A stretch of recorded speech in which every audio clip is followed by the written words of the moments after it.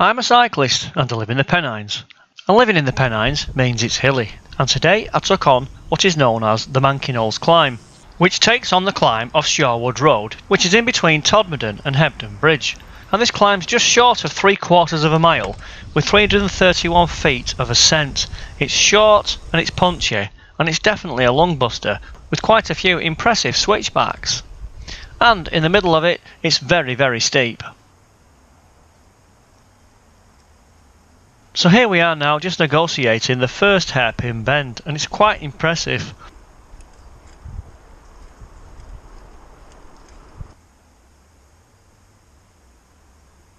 And then the climb, it starts to develop, and very shortly we have a nice right-handed corner to get around.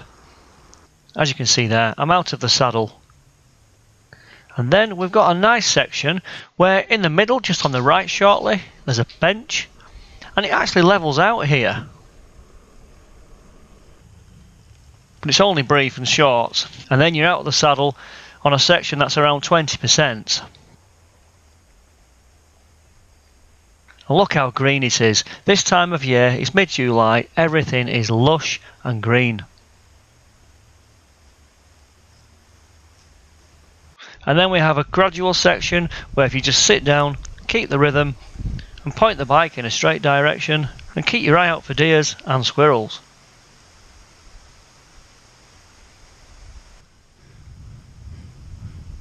And this angle here gives you an indication of how steep it really is. Approaching a right-hander now, and we're nearly at the top. But it's not quite the top, because you can go further on, which makes this the Pennines climb. Because it continues a little bit further towards Cross Farm, and to a contour of 725 feet above sea level, in the mid-section of the Pennines here.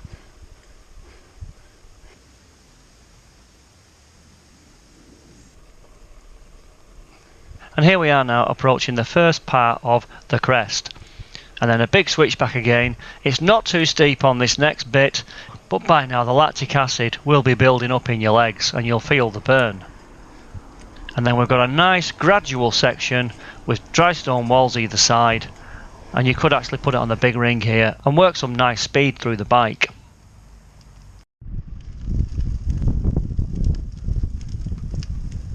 And then we have a right-hander, and the summit is just ahead on the horizon.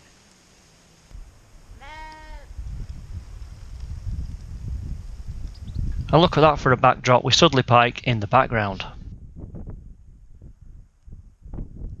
But anyway, that was a fantastic climb. Let's get out with the guys though.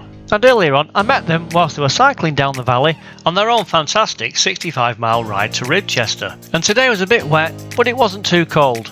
And that's all that matters. Anyway, here's the video and I hope you enjoy it.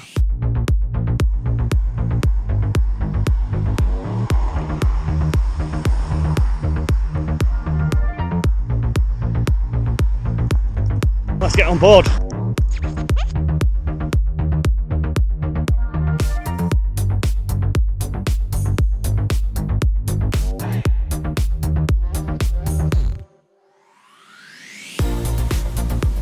So here we are now, just approaching the outskirts of Littleborough. And again, looking at the cadence, these guys are on a much longer ride, but they're still putting in some nice effort through the pedals. It's always good to be part of a group, and look at the contrasting styles that everyone's riding. And we were waiting for Dave, who meets us there, and he's on the right hand side near the roundhouse. And very shortly, we take a left and make our way onto Todmorden Road, which is the A6033. And the next stop is at Summit, Littleborough, where we had some temporary lights. Oh well, we're filming, it's a bit moist. Dave with us? We all alright? We're all good. Yeah. Right Dave? Yeah, fine. Lee's at the back. One's gone through the lights on Amber. I bet you won. Jura race that, Jura race. Has he shaved them? No. Oh, neither have I. What do you mean, Dad? Joint club, Alan. No. We're not shaving yet. Yeah, ask one. Club rules. We're going to have the hairy Basil brush crew. No. You can't have a brush No. and not be hairy. Now before things get quite fast and serious, Hairy legs are a big topic of concern at the moment in the bunch.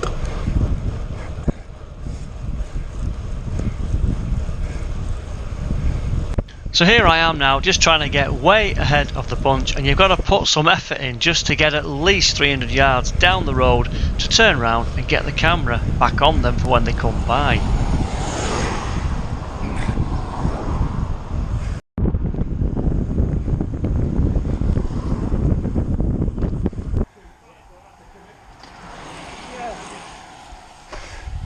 Oh, let's get on the back quick, come on! Lock in! We're locked in.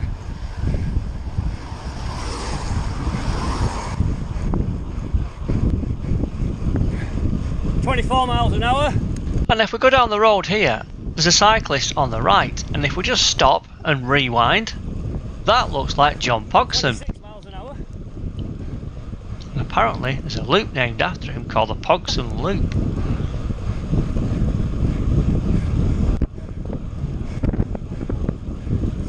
23 miles an hour with a small climb. 20.8. Nearly got them back.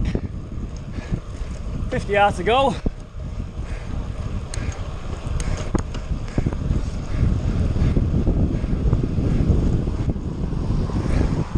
Really hard work this. You stop to film and then put loads of effort in. Get on the back.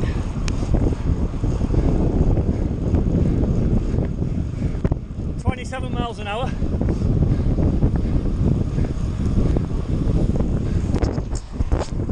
Okay. Now freewheel. 23.1 mile an hour, 22.5. Now, one of the main things when you're riding in a group is that fantastic sound of all the wheels, and it's quite addictive. I don't know, you just find that when you're in a bunch, you've got the sense of pace and speed, and you can hear the wheels sort of humming, singing, whistling. It sounds like a train, and yeah, for me, I love that part of it. But I've recovered, and I decide to go to the front and meet up with Alan, who was about 100 yards further ahead of the group.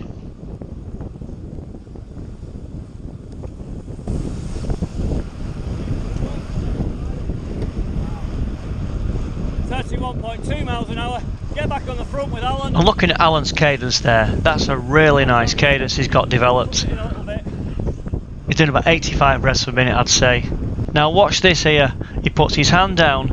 That's a classic sign of a good road cyclist who's letting you know about a pothole or a bad section of tarmac.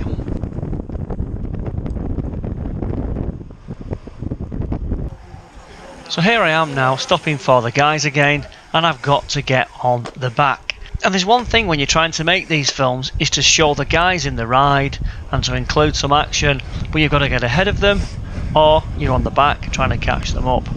And the one thing I've got to stress today is that I'm on a 22-mile ride. It's a very local, short ride, and the lads were out doing 65, maybe 70 miles. So they've got to monitor their energy, their output levels for that distance. It's okay for me to go down the valley like a blue-ass fly today. I've got loads of energy in reserve, so I can afford to put full gas, bridge the gaps, and get on the back. I suppose that's the joy of making films. And at the same time, I've not got to be cautious of how much energy I'm going to burn up. This is 30 miles an hour, Vauxhall marches. Oh, no roadworks. 29 miles an hour.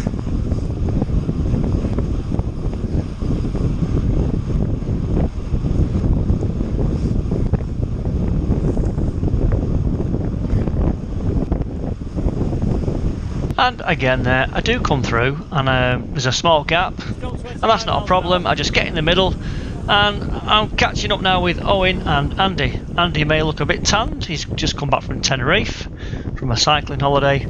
And if you look at the backpacks there, well, in the pockets they've got like what you call dart pockets, and on a ride like this we need to be carrying spare inner tubes, puncture repair kits, phones, all kinds of tools and equipment. And you may need a gel bar in there or some protein bars. So if ever you do see cyclists out on the road, they're normally carrying quite a bit of kit actually, and it's normally tucked in within the lycra, because you never know what can happen on a long ride and you need to be prepared. So here we are now, just on the outskirts of Todmorden, and that's my ride done. And the guys went on to have a really safe ride. They got back all in one piece, even though the weather could have been a bit better. It wasn't too cold today. So with the roundabout looming, the guys went left and I took a right on the road to Hebden Bridge. Right, I'm going to turn right. You're off then. I'm going to my mum and dad. Right, nice one, guys. Have a good one. Get your metal detector out. Yeah. See ya. See you later. And that's it for today's video. It's a nice short one. I hope you've enjoyed it. And if you do like these cycling videos, let me know and I'll make some more for you. And who knows, we could be cycling to a cafe near you soon.